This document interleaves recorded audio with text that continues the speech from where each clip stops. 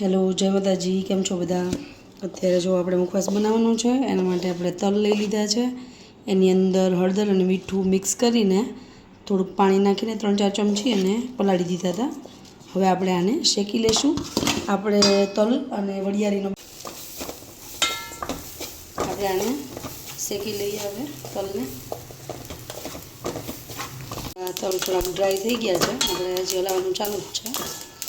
બધા ડ્રાય થશે ને ત્યાં સુધીમાં બધા ફૂટશે તલ, એટલે મસ્ત આપણો મુખવાસ બની જાય. ફૂટે પછી જ તલ એકદમ સરસ થાય છે, એટલે જ થોડીક વાર પલાળીને રાખીને એટલે મસ્ત ફૂટેલો મુખવાસ, ફૂટેલા તલવાળો બધા ફૂલી જાય. તલ છે ને એકદમ પતલા પતલા હોય ને, જેમ શેકાય ને એમ બધા ફૂલી જશે. જોઈ શકો છો કેવો અવાજ આવે છે આમાં.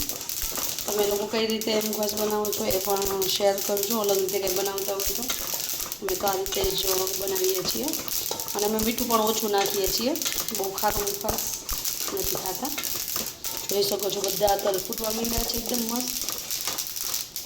જો અવાજ પણ મસ્ત આવે છે.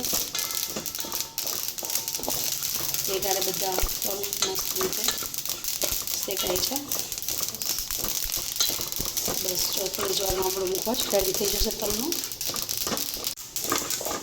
પોપકોર્ન જ્યારે આપણે ઓલા ફોડીને એની જે ઓલા પોપકોર્ન બનાવીને મકાઈમાંથી, એમાં કઈ રીતે ફૂટી ફૂટીને આખા બને એ રીતે આ તલમાં પ્રોસેસ થાય છે. ફૂટીને પછી આખા તલ મસ્ત એકદમ ફૂલી જાય છે, ગોળ ગોળ થઈ જાય છે.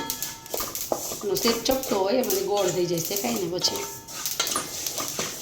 ફૂલેલા એટલે મસ્ત લાગે ને મુખવાસ ખાવાનું. જોઈ શકો છો આપણે બધા તલ શેકાઈ ગયા છે. મુખવાસ આપણો તલનું રેડી થઈ ગયો છે. હવે અલગથી આપણે વરિયાળી પણ આ કાઢીને શેકી લઈશું.